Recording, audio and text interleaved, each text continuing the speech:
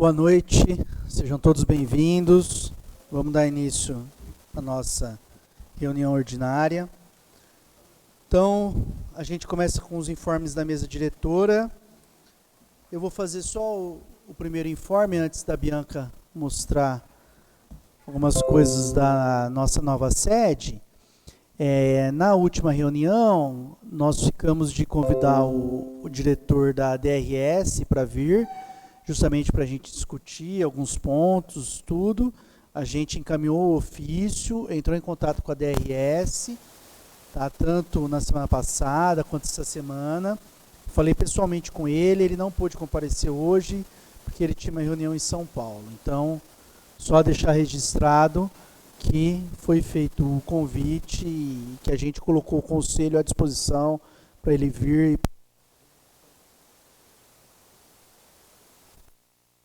Depois te dou, porque não vou mais falar. Boa noite a todos. Então, como já foi falado em reunião anterior, o conselho vai mudar, né, para uma nova sede, devido a problemas estruturais nesse prédio. A gente só queria apresentar, né, onde vai ser novamente, que agora já temos o contrato firmado. Pode passar. Então, é na rua Dr. Raul de Carvalho, 2970, Santos Dumont. É mais ou menos 3 quadras para cima ali da Agrometal, perto da Unimed. Aqui é a Badibacite, aí aqui é a Unimed, a Agrometal é 3 quadras acima, paralelo com a avenida.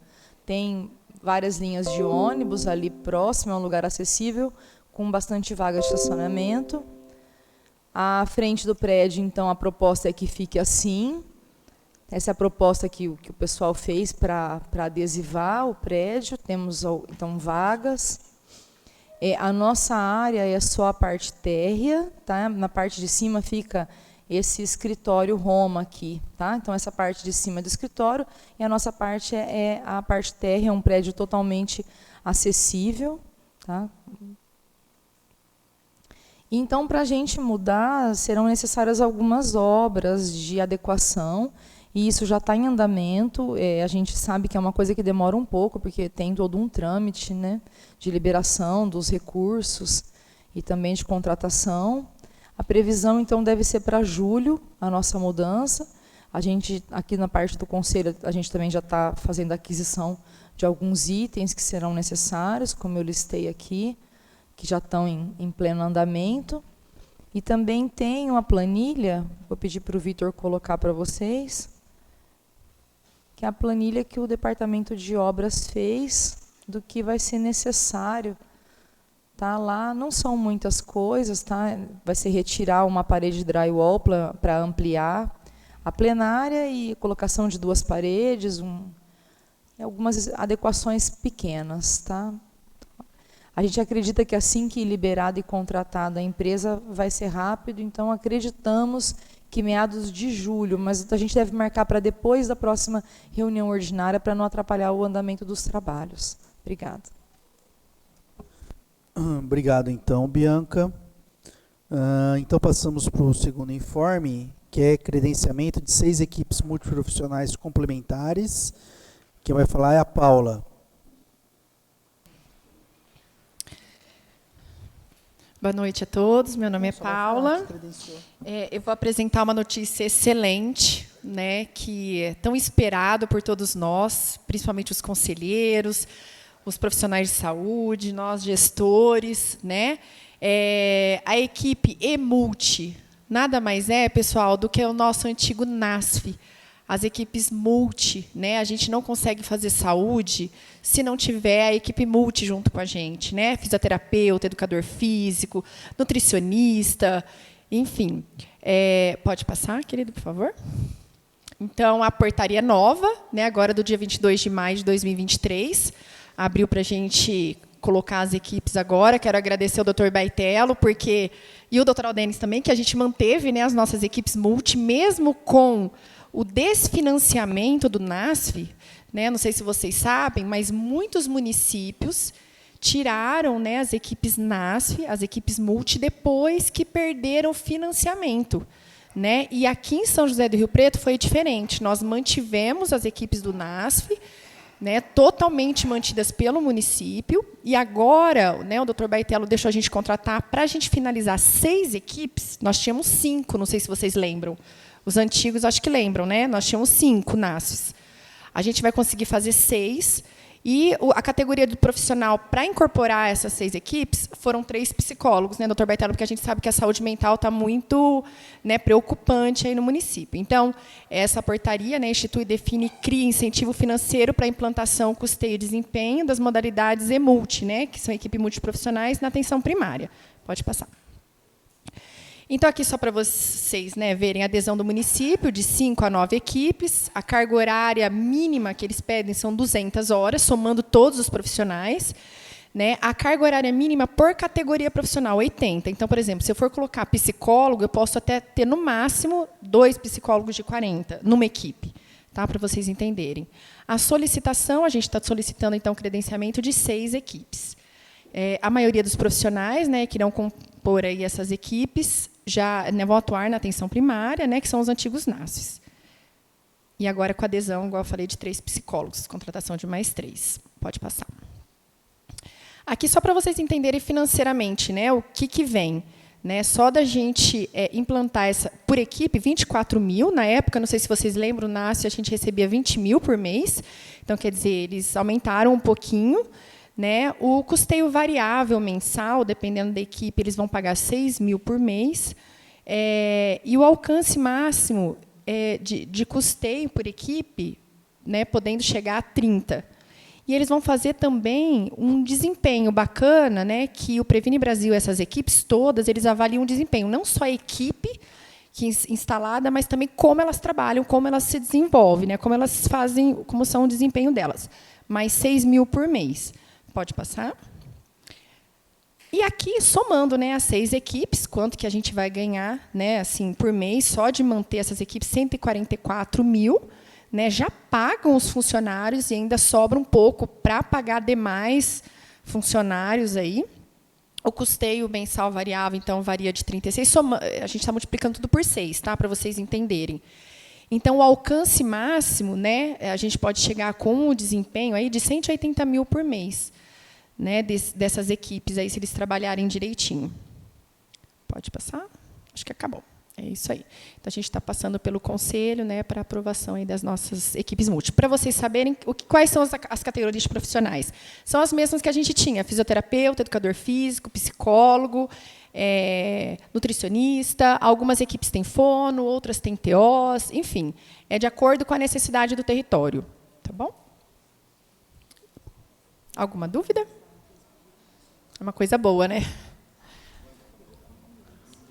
Quando começar, eles já estão, viu, seu Narcísio? Todos esses profissionais já estão. Só faltam 3 psicólogos que o Dr. Baitello assinou essa semana para a gente contratar, né, doutor?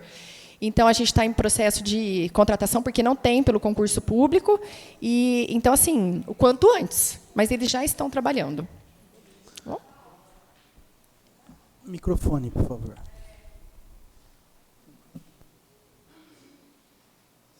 Um questionamento.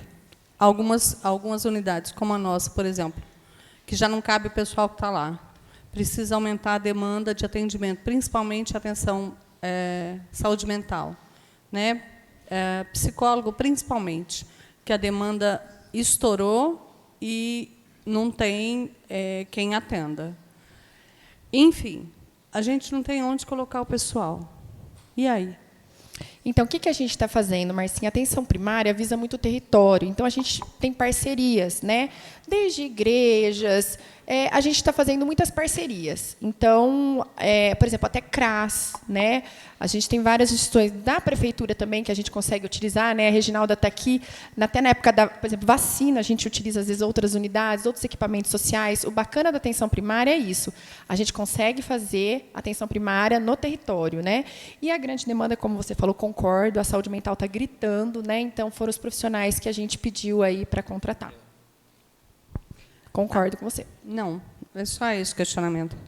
O espaço físico, realmente, lá a gente está fazendo mapa de sala, né? Então, assim, a gente vai tentar organizar. Se lá não tiver, é que eu não sei exatamente do Maria Lúcia, mas se lá não tiver, a gente vai colocar em algum espaço, mas vai ter psicólogo lá, vai ter. Tá? O medo é não ter psicólogo, lá vai ter. Não é o Lá vai medo não ter. É ter espaço para atender corretamente, Tá, com se dignidade. lá não tiver no território, tanto profissional vai ter. quanto atendido. Tá. Né? A gente vai Porque garantir a que vai gente ter tem- assistência. Só, assim, a gente já sabe que é crítico, não precisa chover no molhado. Então, assim, se há possibilidade de estender esse atendimento para parceiros comunitários, maravilha. Isso. Né? Porque realmente a unidade é A sem ideia condição. é essa. Isso, Tá. bacana. A ideia é essa. Perfeito. Eu gostaria de ressaltar isso, né, que ela está colocando, que a gente sabe que hoje a atenção básica atende muito à saúde mental.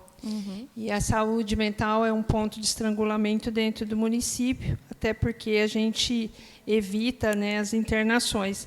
E os critérios aqui, né, de aumentar os psicólogos provavelmente é na saúde mental. E tem psiquiatra nessa equipe. Quem é a equipe mínima que vai atender Você está falando da equipe do NASF? essa equipe que vocês estão colocando? Isso, essa que eu falei. Fisioterapeuta, porque é promoção e prevenção. Então, eles têm umas categorias que a gente pode escolher. Né? Então, geralmente são as que já estão. Nutricionista, psicólogo, assistente social, fisioterapeuta, educador físico, fono, físio. São esses profissionais que atuam na atenção primária. Eu não posso colocar, às vezes, um profissional que não esteja credenciado lá. Eles dão uma cartela de profissionais que a gente pode escolhê-los, de acordo com a demanda da necessidade daquele território. Então, por exemplo, se Schmidt, a gente identificar que lá precisa de mais fono, por exemplo, né, por conta de engasgo, de idosos, né, a gente sabe o trabalho do fono, a gente pode estar colocando esse profissional lá também. A gente pode, às vezes, trocar, não sei, vamos colocar, em vez de um profissional, eu estou colocar falando outro. dentro da saúde mental, né? Quais os, onde que Sim, abrange? excelente pergunta, Osmari. Nós vamos ter psicólogo em todos, tá? Em todas as equipes, nas 6 equipes. Vai ter psicólogo nas 6 equipes. Contemplou? Tá. Alguma dúvida mais? Mais alguém? Então, o informe seguinte é você mesmo também, né, Paula? Ah, sim. Que é a conscientização sobre o atendimento em unidades de pronto atendimento de pacientes sem gravidade. Isso. A gente colocou isso como ponto de pauta aqui para a gente pedir principalmente o apoio dos conselheiros na conscientização da população. É algo que a gente já falou aqui, né, mas a gente volta a pedir novamente, e agora mais efetivo com estratégias de trabalho mesmo. A Lígia está aqui, né, a gente se reuniu junto com o Dr. Baitello, todo mundo da equipe técnica, porque o que acontece? 90% dos pacientes que frequentam as UPAs são os verdes e azuis, né, que não deveriam estar lá, né, porque eles estão melhor preparados para atender às urgências e emergências e acabam atrasando, né, realmente. Então, o que a gente está pedindo? No começo, a gente até falou, vamos colocar o verde e o azul, né, doutor Baitello? Só que o que a gente vai começar? O azul, que é aquele que está com uma coceira, aquele que está com uma mancha na pele, o atestadite, né, aquele que está com uma queda de cabelo, aquele que está com uma dor de barriga faz 1 ano. Né? Então, assim, esses casos que a gente considera o azul, né, a gente vai falar para ele, olha, realmente, o senhor vai ser atendido, vai passar na classificação de risco, ele não vai falar, você não vai ser atendido. Ele vai ser atendido, ele vai passar pela classificação, pode até passar pelo médico, mas ele tem que saber que o atestado vai ser de comparecimento. Tá? Porque isso aqui, como ele já está faz 1 mês, poxa, por que ele não foi na atenção primária? Por que ele não foi lá? E isso tudo, gente, amarrado, nós vamos aumentar o saúde na hora, né, doutor Baitello, que é uma das prioridades do doutor Baitello, porque não adianta nada eu falar, você não vai ser atendido aqui se eu não der acesso lá.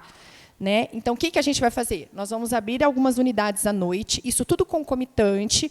Né? Então, o paciente ele pode sair de lá e ir na nossa unidade na atenção primária, a telemedicina que funciona todos os dias até às 22 horas. Então, assim, é um processo de conscientização dessa população, né, para que ele realmente não fique utilizando a UPA ali para atestados. Enfim, não vamos negar atendimento, tá? Mas ele vai ser orientado que o atestado vai ser na atenção primária ou telemedicina. porque senão a gente não consegue atender a alta demanda que a gente sabe que a gente atende, Rio Preto e região, e a gente não dá conta, né? Tanto que vocês sabem que nós temos 3 UPAs habilitadas. Pelo número populacional de Rio Preto, a gente não conseguiria habilitar as 3 UPAs, mas o fluxo é tão intenso que eu acho que a gente vai habilitar a quarta, né, Lígia? Então, não é o ideal, não é o ideal. A gente está na contramão, como diz a Sani, né? A gente não é uma secretaria de doença, é de saúde. A gente não tem que investir nisso, é na atenção primária. Então, a gente tem que começar agora com a conscientização, com o processo de trabalho. Então, lembrando, a gente não vai negar atendimento, mas a gente vai orientá-lo e vai falar, olha, realmente, o atestado é lá. Né? E a gente pede a colaboração de todos os conselheiros para essa conscientização da população.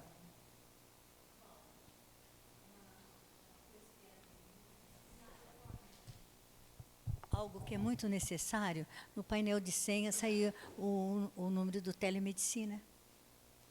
Está em falta isso. Hoje eu fiquei observando lá na unidade, porque eu passei, quando eu passo, escrevo no cartãozinho, quando eu dou o Disque Saúde, eu escrevo o telefone do telemedicina e deixo, telemedicina esse. Obrigada, dona Neuza. Tem um cartaz em todas as unidades, mas eu vou pedir para fazer isso sim, ver se há essa possibilidade, viu?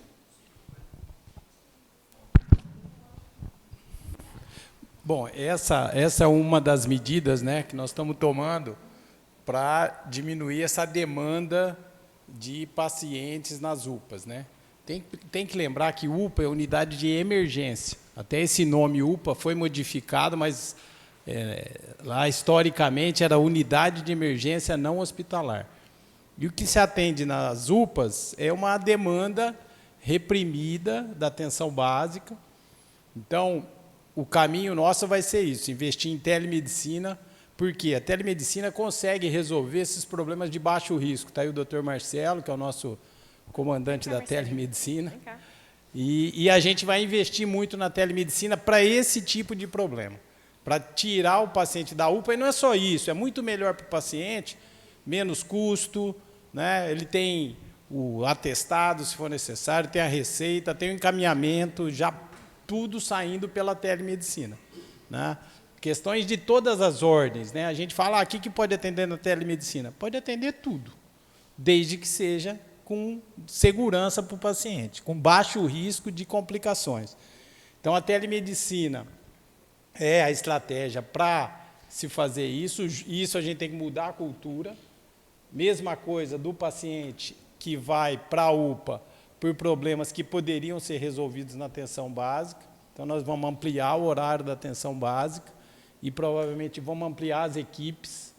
Então, não, vai abrir mais UBS? Provavelmente não. Nós vamos utilizar as UBS que nós temos hoje. Dá para ampliar, sem investir em estrutura física, né? Pelo menos por enquanto. O objetivo é ampliar equipes. A gente pretende, hoje a gente começou com 39 equipes, hoje a gente tem 70 equipes. Nós vamos chegar até o final do ano, se Deus quiser, com 80, e pretendemos terminar a gestão com 100 equipes, né, de saúde da família. Então, esse é o objetivo, é transferir essa demanda, que vai ser muito melhor atendido numa UBS do que na UPA. A UPA vai resolver o problema, é imediatismo. A UBS não, pode dar continuidade do cuidado e vai qualificar o nosso atendimento para as emergências de baixo risco. O doutor Marcelo é médico de saúde da família, tem formação de psiquiatria, né? E está dando um show lá na telemedicina. Convido vocês a conhecerem a nossa telemedicina. Estamos com 180 atendimentos dia, né? Até às 22 horas. Então, é um negócio que eu acho que tem um potencial muito grande e nós vamos ter que ir se acostumando com isso, né? Então, vale a pena procurar a telemedicina, porque para esses problemas vai ter uma resolutividade muito melhor do que é hoje, né? Então, eu acho que é ganhar em qualidade e reduzir custo também. Hoje, uma consulta de telemedicina custa cerca de R$18. Uma consulta na UBS custa R$52. E uma consulta na UPA custa quase R$150. Então, é muito mais barato e muito mais efetividade no atendimento com telemedicina. Então, se vocês precisarem, utilize a telemedicina para uma gripe, um resfriado, né? E a nossa tema, né, a quantidade já de usou? elogios é muito grande. E aí, pessoal, só para até complementar o que o Dr. Baitello falou, mas o Marcelinho vai falar, tudo que tem praticamente no presencial, é lógico, com exceção do exame físico, mas nós temos vídeo, tá? Encaminhamentos, receita, atestado, tudo pela telemedicina. Tá? Então, precisa de um encaminhamento, a gente faz, precisa da receita, a gente manda tudo no WhatsApp do paciente ou no e-mail. Tudo registrado no prontuário eletrônico. Então, exatamente. Então, por exemplo, se a Bianca for atendida pela telemedicina, que funciona das 7 da manhã às 10 da noite, de domingo a domingo, a gente manda o encaminhamento, receita, tudo no WhatsApp da Bianca. Se ela perder, né, for roubado o celular, não estou desejando isso, hein? Se acontecer alguma coisa, ela vai, por exemplo, no centro médico ou lá, vai estar tudo registrado dentro do prontuário eletrônico dela. Né? Então, assim, isso não se perde. Né? Isso nem o Unimed tem, né, doutor? Nem privado tem. Então, assim, é muito bacana e o paciente SUS tem tudo isso. Mas Marcelinho fala melhor aí. Fala aí, Marcelinho. Boa noite, pessoal. Está funcionando? Boa noite. Para quem não me conhece, né, eu sou o Marcelo, médico da telemedicina, e foi muito bom a gente falar aqui no Conselho sobre a telemedicina. Vou falar rapidinho. Tá, algumas coisas, dona Neuza citou bem, né, a questão de colocar o número da divulgação, a gente precisa divulgar ainda mais a telemedicina. Lembrando que a telemedicina ela veio, né, como um apoio. A gente aqui não quer substituir atendimento presencial. O atendimento presencial é soberano em relação ao atendimento por telefone, por videochamada, mas o que a gente quer é que a população entenda que, em muitas situações, né, como já foi dito, ela consegue ter aquele seu problema solucionado sem ter aquela consulta presencial. Então, um paciente de baixo risco, um paciente que não tem, né, critérios de gravidade, ele pode sim ser atendido pela telemedicina.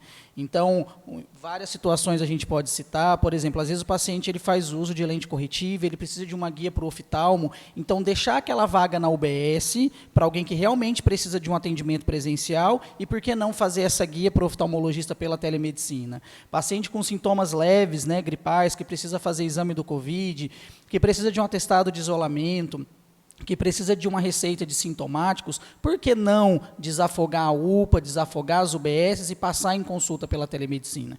Então, hoje, a gente atende, em média, 180 pacientes por dia na telemedicina. Então, se a gente pensar, são 180 pacientes que deixaram de procurar um atendimento em uma UPA ou em uma UBS e tiveram o seu problema solucionado. Lembrando que existe uma triagem, uma equipe preparada, que é feita uma triagem quando o paciente liga. Se existe um protocolo feito, tá, da telemedicina, que foi elaborado. Então, se está dentro do nosso protocolo e aquele paciente não corre risco para ser atendido por videochamada ou por telefone, ele vai ter a sua consulta agendada ali. Então, assim, é tudo, a telemedicina vem crescendo cada vez mais, né? Isso é muito bom, e a gente percebe o quanto isso ajuda a diminuir o número de atendimento nos outros lugares. Então, a gente precisa, sim, divulgar mais o 0800 da telemedicina. Lembrando que o telefone para agendamento é das 7 da manhã às 17 horas, mas os médicos ficam até às 22 horas fazendo os atendimentos. Então, isso é uma coisa importante para a gente conseguir desafogar aí as UPAs. E, ó, bacana, Osmari, Marcinha, ó, psiquiatria, tá? Então, assim, a gente faz receitas controladas, tá? A gente faz tudo lá na telemedicina. Tem pediatra, tem enfermeiro. Isso. Então, e olha só, e vou falar uma coisa, a gente não consegue mandar via WhatsApp as receitas, mas a vontade, a resolutividade de resolver é tanta que a gente pede, o agente de saúde, ele faz a receita do psicotrópico, na receita azul, e aí o nosso agente ainda leva na farmácia central para o paciente depois retirar. Então, assim, não tem desculpa mesmo, né, Marcelo? E é tudo registrado no prontuário eletrônico. Então, o paciente faz o uso do medicamento, vai estar registrado lá. Então, não tem por que não fazer essa receita, né, fazer essa renovação, fazer solicitação de exames, fazer guias de encaminhamento. E a gente faz avaliação de 100% dos pacientes que passam pela telemedicina. Tem 2 profissionais reabilitados, né, que estão afastados pelo SESMIT, e eles estão otimizados fazendo essa avaliação de 100% de todo mundo que passa pela telemedicina. Então, quando tem algum problema, a gente identifica e resolve, né, Marcelinho? Então, assim, divulguem também, né, porque é uma das estratégias aí que veio para ficar, ela está regulamentada. né? E Rio Preto começou até antes, né, doutor? A gente começou incipiente, né, com a especializada e atenção primária antes, com o Lúcio. E depois, no Covid, a gente conseguiu realmente implantar aí. E agora ela está regulamentada. Bacana. Deixa eu falar. Só fazer um ponto, desculpa, Jair, é que eu vou pedir para a gestão, na próxima reunião, que a gente traga alguns informes, e a gente vai ter que trabalhar um pouquinho isso como ponto de pauta, porque regimentalmente o informe é 3 minutos e não cabe discussão, tá? Então, assim, não, só estou falando, nós vamos discutir, não tem problema, ninguém... Mas eu digo assim, para a próxima vez, a gente traz como ponto de pauta, porque vai abrir discussão, tá ok? Sim, então, sim. Mas foi um erro nosso também, da gente não ter percebido que poderia ir adiante no assunto, tá bom, Jair? Tá, Pode deixa falar. eu falar. É só para agregar aí e potencializar mais o que vocês falaram do telemedicina. Mas antes eu quero falar da UPA. Seguinte, eu trabalho na regulação, né, da unidade de vetorazo e na recepção, faço os dois. E lá é uma grande unidade, acho que é a segunda maior depois do solo, eu acho que é lá. E o que acontece? É uma via, viu, doutor Bartelo, é de 2 mãos. Ao mesmo tempo que a gente tem o problema de ser um caso de unidade, que vão na UPA, tem de UPA que vão para a unidade, e vão muitos. Hoje mesmo a menina caiu uma caixa de maçã na mão dela do mercado lá, e ela foi lá correndo com essa mão, estava inchada, tudo bem, a gente atendeu, mas não era um caso nosso lá. Aí depois chega pessoas lá que tá com o pé cortado, o cara veio de super longe. Eu falei, não, mas você estava mais perto da UPA do que daqui? Ah, não, porque a UPA demora muito. Eu falei, não, a UPA não demora muito, sei lá, esse caso teu é da UPA. E a gente explica várias vezes para eles, até é bacana aquele cartaz enorme que tem, explicando a diferença de UPA e de UBS, mas ninguém lê. Aqueles cartazes estão imensos lá, mas ninguém lê qual a diferença. E o dia inteiro a gente explicando para eles, isso aqui não é aqui, é UPA. Não, mas eu quero ser atendido aqui, eu não gosto de UPA. Eu falei, não, mas tem que ser aqui. E vice-versa, o da UPA, o da UBS vai lá na UPA. Aí você arruma a consulta, chegou um moço hoje da UPA. Agora à tarde, aí ele pegou e falou, eu quero ser atendido logo, precisa marcar um médico para mim, que eu estou com caroço aqui, ó. Eles me deram um encaminhamento. Aí eu logo já arrumei já um rápido para você, eu tenho dia 22. Ah, não, esse dia eu não vou poder, vou ter que chegar mais tarde. Você queria mais rápido que dia 22, você não pode mais? Não, porque agora eu entro esse horário, é o horário que eu estou trabalhando. Aí eles começam a colocar empecilho. Então, eles chegam, então é uma via de 2 mãos. Mas isso aí já é uma coisa bacana, que quando for fazer a conscientização, a gente fazer as duas mãos, tá? De UPA para unidade, unidade para UPA. E o outro que é bacana, que o dia inteiro a gente tem, cada um fica no seu guichê, nós somos 7 lá, e a gente já entrega o telemedicina. E o telemedicina, gente, quem não conhece, as pessoas torciam o nariz, falavam, isso aqui não resolve bosta nenhuma, eu não quero isso aqui não vira, imagina você não vê o médico. Hoje, eles já chegam falando bem, eles falam para a gente, nossa, é super bacana, bem que você falou, moço, eu liguei naquele lugar que você falou, rapidinho, já me atendeu. Então, eles já estão conscientizando, eles estão gostando, elogia, fala dos nomes. É a doutora Elisa daqui, ela que me atendeu. Esse doutor Marcelo é bom. Entendeu? Então, eu acho bacana a gente divulgar... Calma que eu estou falando. Perfeito, Jair. A gente tem que divulgar mais o telemedicina, sim. Tá bom? Obrigado. Márcia. É rapidinho, doutor Fernando, pelo amor de Deus. Voltando à discussão para a telemedicina, primeiro quero elogiar, realmente funciona, tá? E assim, Paula, secretaria no geral, eu acho que o que falta é a população conhecer o serviço, tá? Porque a maioria das pessoas que não têm acesso a digital, eles não têm conhecimento do serviço, tá? E a gente tem muito analfabeto digital ainda, infinitamente. Então, assim, muitas pessoas não têm conhecimento do serviço. Eu acho que o que falta para a secretaria é investir em comunicação. O Jair falou uma coisa que é muito certa. Não adianta colar cartaz na parede, gente, as pessoas têm preguiça de ler. Nós estamos imediatistas de um tal modo que, se o texto tiver mais que 5 linhas, você já pula para o final. Então, assim, a coisa está horrorosa. Não adianta, você vai colocar 10 cartazes na parede e ninguém vai ler. Então, são 2 pontos. Comunicação e informação para as pessoas de maneira massiva. E um ponto forte é informar crianças. Tá? A maior rede de comunicação que a gente tem e funciona são crianças, escolas. Cartazetes, eu não sei o custo, não sei quanto fica em relação a isso, mas talvez seja muito mais barato o meio digital vocês fazerem informação das pessoas e vocês informarem as crianças. Porque o que falta, realmente, de uma maneira geral, somos mal educados. Isso é ponto. Mas o que falta para todo mundo se informar é comunicação. É isso. Pois não, Reginaldo. Eu acho que hoje também, né? Nós estamos agregando hoje, terminamos o ensino técnico, né? Agente de saúde, que está nos possibilitando, a partir de hoje, estamos aptos a levar o aparelho de pressão, aferir pressão, glicemia, o oxímetro e temperaturas, né, axilar. Então, acho que isso daí vai melhorar muito também para a população, porque tem gente que vai, às vezes, numa UPA para ferir uma pressão, para fazer. Então, assim, nós estamos já aptos, a partir de hoje, já somos a maioria da turma daqui de Rio Preto, mas não os novatos que entraram agora, que não deram tempo deles fazerem o curso, né? Fizemos um curso com mais de 10 meses de duração, online e presencial. Hoje foi a última aula presencial, uma provinha. Assim, então, a maioria dos agentes de saúde de Rio Preto estão aptos, a partir de hoje. Já recebemos os equipamentos da Secretaria de Saúde, viu? Já temos todos os aparelhagens já nas unidades.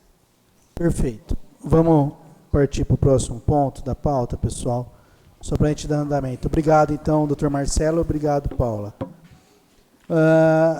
Tem mais informe? Eu falei informe.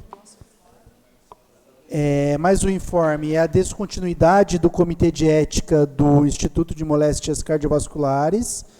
Então, os dois conselheiros que estavam fazendo parte do Comitê de Ética lá do IMC, que eram o José Calixto e a Márcia, não fazem mais porque o comitê foi dissolvido. Tá? O Instituto, o IMC terminou, virou outra coisa, não sabemos ainda o que vai virar. E temos mais um informe, que é a Sani quem vai fazer, que é a participação dos nossos conselheiros na 9ª Conferência Estadual de Saúde. Sani, por favor.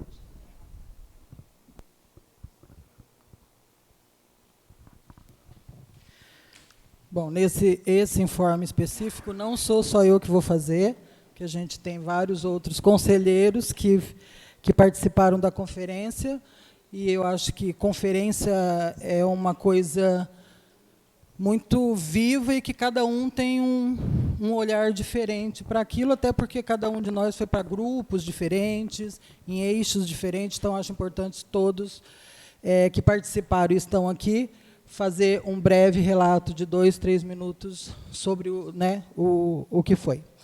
Então, conferência que eu acho que todo mundo sabe, tem o entendimento, até porque somos todos conselheiros, da importância que é os graus máximos de participação popular, é onde a população em si, de todos os segmentos, de todas as tribos e de tudo se junta para discutir saúde e, principalmente, para definir o norte dessa saúde, para onde que a saúde deve caminhar, e a começar, pelo tema que é da conferências esse ano, que amanhã será um novo dia e está sendo, graças a Deus.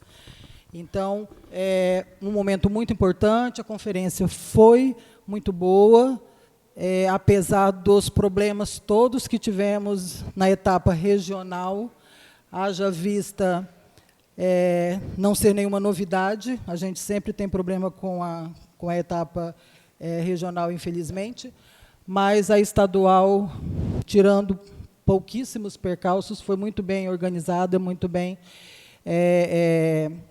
receptiva para todos e todas e todes, como se diz, e, principalmente, nas discussões todas, como toda conferência é um momento de muita discussão mesmo, e, às vezes, a gente até se exalta muito para defender o seu ponto de vista, o que você acredita, o que cada um está ali e acredita, e tem pessoas de todos os segmentos e de todas as entidades lá.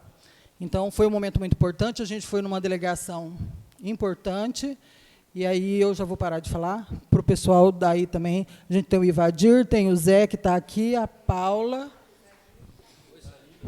E, nossa, até o Pesarini está aqui, gente. O Pesarini. E eu não sei quem mais, gente. E o Arthur, né? O Arthur teve que sair. Tá. Então, aí vou começar pelo Ivadir, Paula. O Ivadir não vai falar, então a Paula fala. Eu já falei bastante, só que eu vou falar só uma coisa. Eu quero parabenizar o Conselho Municipal de Saúde, porque nós conseguimos ver lá, a gente só vê que realmente nós estamos anos-luz depois que a gente compara o Conselho de Saúde com os outros. Porque, assim, muitos conselhos, o presidente é o secretário de saúde, então tem viés, não tem aquela fiscalização, né? Então, assim, é ruim, né? Eles não têm a constituição dos conselhos locais, muitos coordenadores, as capacitações. Então, assim, eu quero parabenizar todos vocês, né, que já fizeram parte desse conselho, que construíram esse conselho. Lá a gente pôde ver que nós estamos anos-luz. Quando discutia alguma etapa, a gente falava assim, meu Deus, isso aqui, a gente fez isso há 10, 20 anos atrás, né? Então, assim, parabéns a todos vocês que construíram, né? E as propostas que saíram, eu falei para o Dr. Baitello, foram propostas maravilhosas, desde educação, COAPs, valorização do profissional de saúde, valorização da atenção primária, valorização, tudo que a gente fala aqui, eles falaram lá, eu me senti muito contemplada, realmente, eu nunca tinha participado, e foi muito organizado, super me surpreendeu mesmo. Então, assim, muito obrigada por ter, né, me concedido essa experiência aí, muito bacana.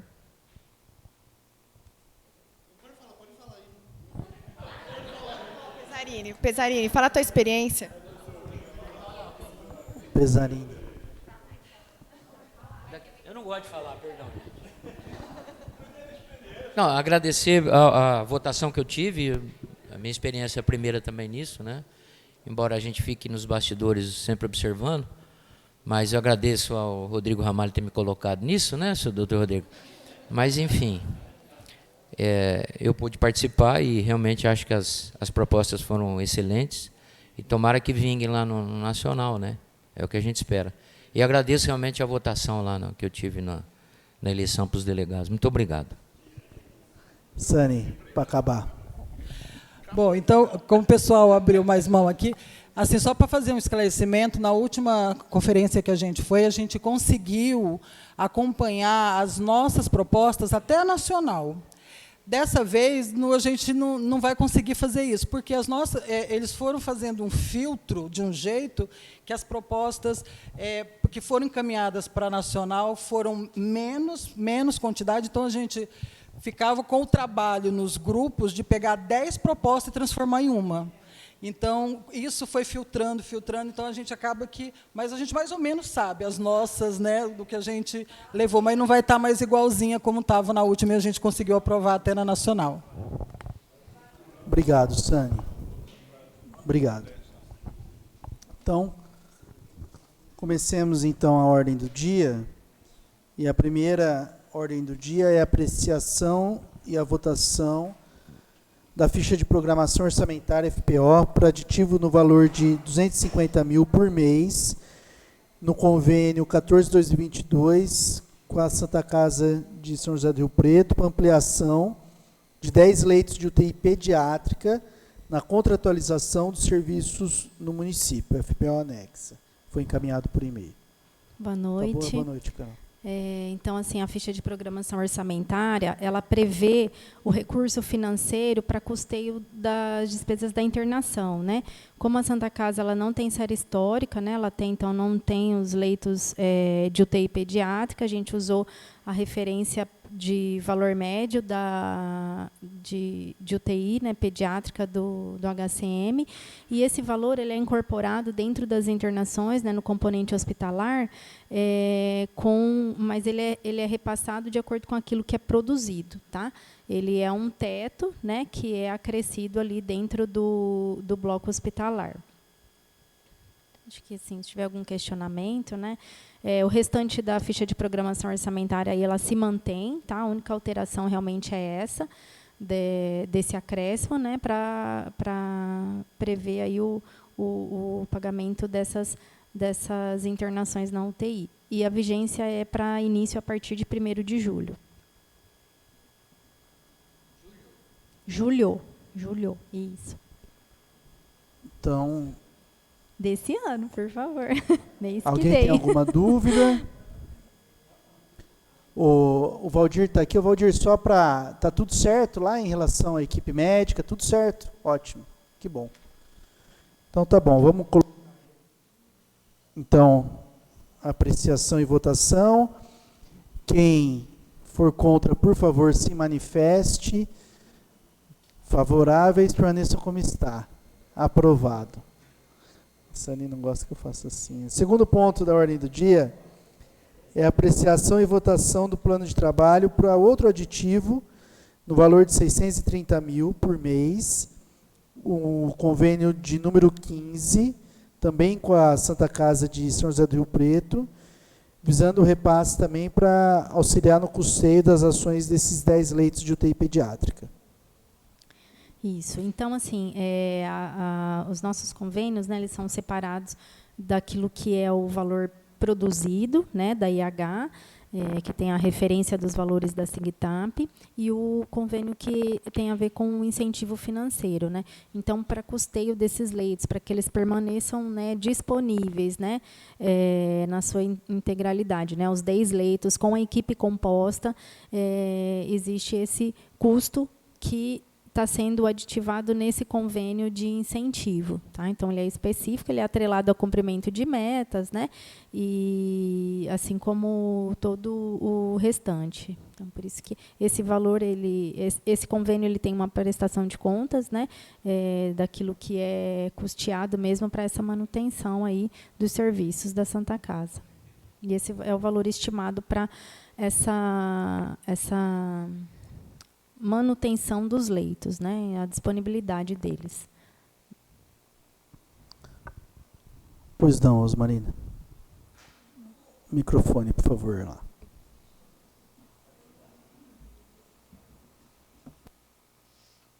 Consegui entender a diferença, porque são dois recursos, né? Um de 250 e um de 630. Esse valor de 250, ele vem para custear os procedimentos que são apresentados na autorização de internação hospitalar, que é a IH, né? Então, o código da internação, os procedimentos que são realizados ali, isso é cobrado por meio da internação. O valor que está sendo aditivado nesse convênio de incentivo, ele é para a manutenção daquela estrutura disponível para os atendimentos, né? Porque quando a gente pensa no procedimento, no custo da IH, ela tem só aquilo que é de fato produzido, né? Mas a instituição, ela tem um custo para manter aquela estrutura disponível, né? Independente da internação. Então, são 10 leitos de UTI com uma equipe mínima obrigatória para esse atendimento. Consegui esclarecer? Desculpa. Não. E o 630 entra no quê? Não é a mesma coisa. O Valdir está aí. Valdir. Não é a mesma coisa. Faz favor.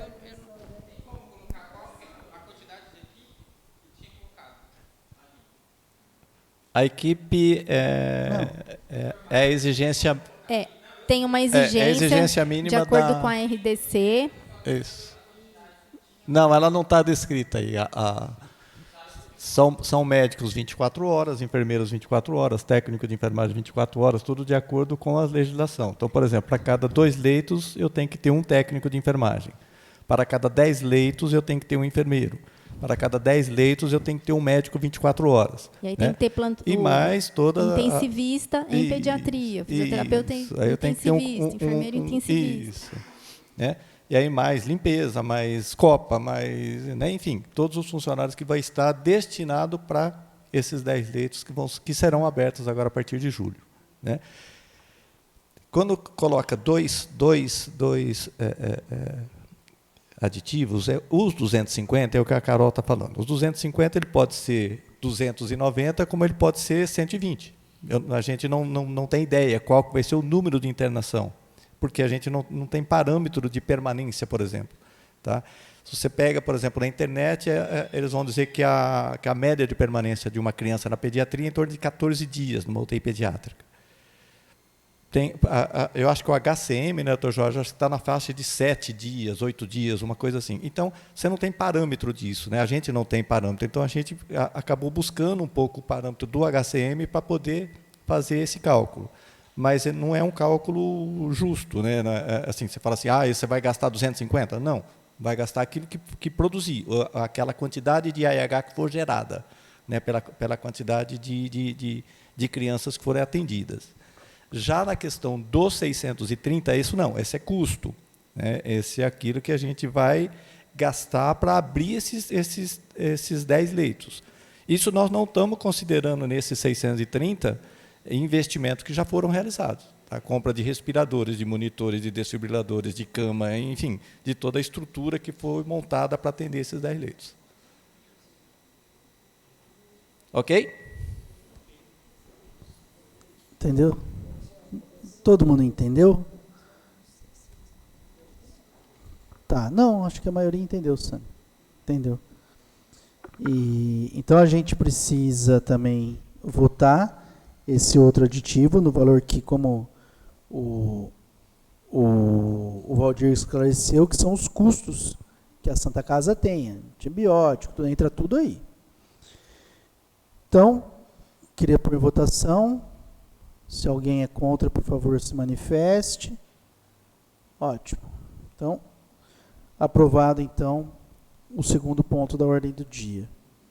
Eu queria só aproveitar aqui, com sua permissão, Valdir, né, falar que ao conselho, quem tiver interessado, né, ir lá conhecer, porque realmente é um espetáculo, né, uma UTI muito bem equipada, né, eu acho que vale a pena, né, antes de for isso. Nós estivemos Obrigada. lá com a comissão de média e alta e realmente a UTI está prontinha, nova, faltavam ainda só os equipamentos, mas isso foi há uns 2 meses atrás, 1 mês e meio atrás, e ela estava pronta já e tinha um problema realmente de ordem médica, de equipe médica que era necessário, e isso já foi sanado. Então, assim, não é fácil encontrar intensivista pediátrico, pessoal, mesmo uma cidade como Rio Preto. Então, assim, eles acabam competindo, a gente tem três, tem o Hospital da Criança, tem o Alsta, tem Beneficência. Então, ele está competindo com 3, certo? Que já tem as suas escalas montadas de UTIs pediátricas funcionando. Então, ele compete com isso, fora os neonatologistas.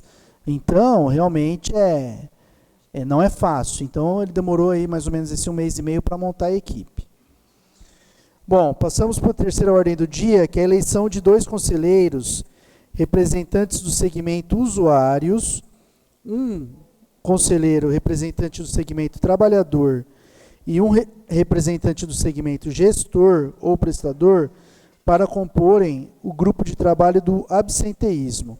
Como nós já discutimos aqui, a retomada do grupo de trabalho do absenteísmo é visando a gente conseguir agregar ideias e tentar ajudar a secretaria em conseguir melhorar o absenteísmo nas consultas, principalmente. Isso foi algo até que o Dr. Baitello estava participando anteriormente, então, e a coisa estava andando, mas aí veio a pandemia e o grupo acabou se dissolvendo. Então, a ideia é nós retomarmos isso, com a intenção justamente da gente poder contribuir nesse sentido com a gestão. Então, eu gostaria de saber aí quem seriam os 2 candidatos do segmento usuário. Mais alguém?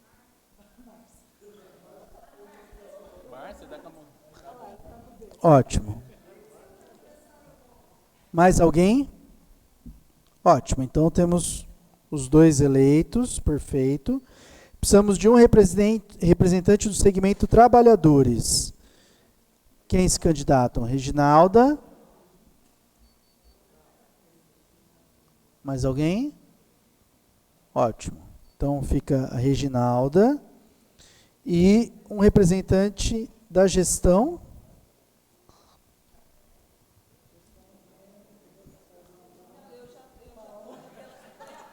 Ajuda aí.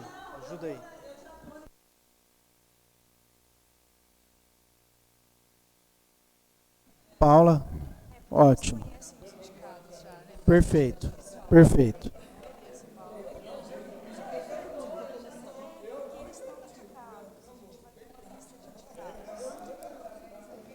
Tá ok.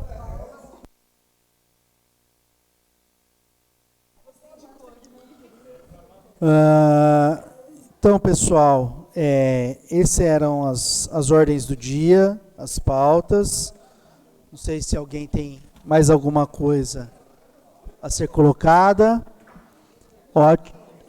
Um minuto só, pessoal, que a Sani quer fazer uma pequena explanação e depois o Dr. Baitello. Pois não, Sani? Não, eu só quero colocar uma coisinha. Agora, de 2 a 5 de julho, acontece a Conferência Nacional. E aí nós estaremos lá. Eu, Paula, Pesarini, Pesarini, a Márcia Gori, o Arthur, o Alex e o Danilo. Dos trabalhadores vão 4, o Pesarini e a Márcia, eu e a Celi. Certo? Então, nós estaremos em Brasília, brigando lá também. Tá bom? Ok. Calma aí, senhor Roberto. Dr. Baitello. Fala, Roberto. Então, fala, Roberto. É diretamente para o senhor mesmo, doutor. É questão de oportunidade. É que o senhor usou a fala aí na questão de descartando a construção de saúde, né? E, do outro lado, eu tenho acompanhado bem o atendimento sobre o telemedicina, realmente está parabenizando e está em crescimento. Tudo que foi falado aqui eu apoio, porque realmente tem que divulgar bastante, trazer a população bem informada, isso que está faltando. Agora, do outro lado, só falar para ele que está... Nem pensar em construção de unidade... Não, mas deixa eu terminar. É que como a gente conhece bem o município... E loteamentos para todos os lados estão construindo. E como a construção demora, depende de um monte de detalhe, que a gente acompanhou bem aí. Então a gente tem que pensar. É que normalmente você leva pelo menos uns 2 anos para construir uma obra. Sim, por isso entendeu? Que é demorado. Então tem a questão política, então, que normalmente o último ano de gestão, a gente pode até planejar, organizar, tal, mas normalmente não sai, não vai terminar.